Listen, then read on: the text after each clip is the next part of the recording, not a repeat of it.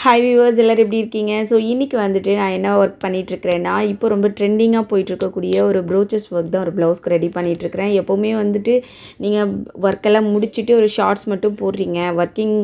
அது எப்படி ஒர்க் பண்ணுறீங்கன்ற ஒரு வீடியோவும் போட வேண்டியது என்ன அப்படின்னு சொல்லிட்டு ஒரு கஸ்டமர் கேட்டிருந்தாங்க. ஓகே, நோ ப்ராப்ளம், நான் பண்ணுறேன் அப்படின்னு சொல்லிட்டு அவங்க சொன்னதுக்கப்புறம் டக்குன்னு இது ரெக்கார்ட் பண்ணது தான். இதில் வந்து பார்த்திங்கன்னா, நான் ஃபஸ்ட்டு வந்து இப்போ அந்த ப்ரோச்சஸில் வந்து யூஸ் பண்ணக்கூடிய ஃப்ளவர் வந்து ஃபிக்ஸ் பண்ணிட்டேன். அதுக்கப்புறம் வந்து ஒரு குந்தன் ஸ்டோன்ஸ் வந்து யூஸ் பண்ணுறேன் பாருங்கள்.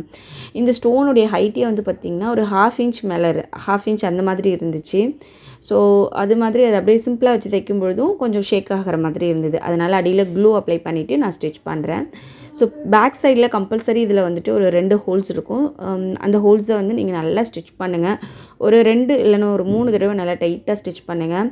அப்படி ஸ்டிச் பண்ணதுக்கப்புறம் அதுக்கப்புறம் பக்கத்தில் மறுபடியும் அந்த ஃப்ளவர், அதுக்கு மேலே ஒரு மணி, அண்ட் அதுக்கு சைடில் 2 சைட்லேயும் வந்துட்டு ஒரு சீக்வன்ஸ், அதுக்கு மேலே மணி வச்சு தைக்கும் பொழுது அந்த ஸ்டோனுடைய ஹைட் வந்து அவ்வளோ வந்துட்டு நம்மளுக்கு ஹைட்டாக தெரியல. ஆனால் நான் ஃபஸ்ட்டு வாங்கும்போது இவ்வளோ ஹைட்டாக இருக்கே, மேலே தூக்கிட்டுருக்குமோ அந்த மாதிரிலாம் யோசித்து தான் வாங்கினேன்.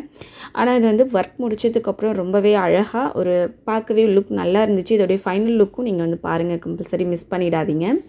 அண்ட் ஃபைனல் லுக்லேயும் ஒரு குட்டி டிப்ஸ் சொல்லியிருக்கேன்.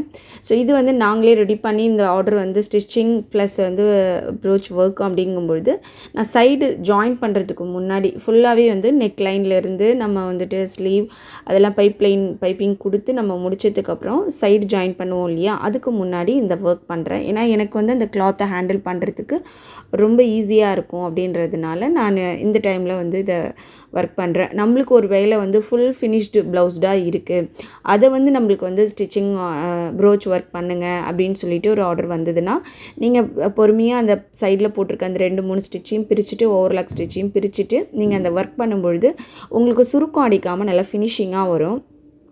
ஸோ அதே மாதிரி ஒவ்வொரு பேட்டர்னையும் முடிச்சுட்டு ஜம்ப் ஆகும்போது நம்ம ஒரு லாக் போட்டுருங்க, நல்லா த்ரெட்டால் நல்லா லாக் போட்டுருங்க, அப்போ லூஸ் கொடுக்காது.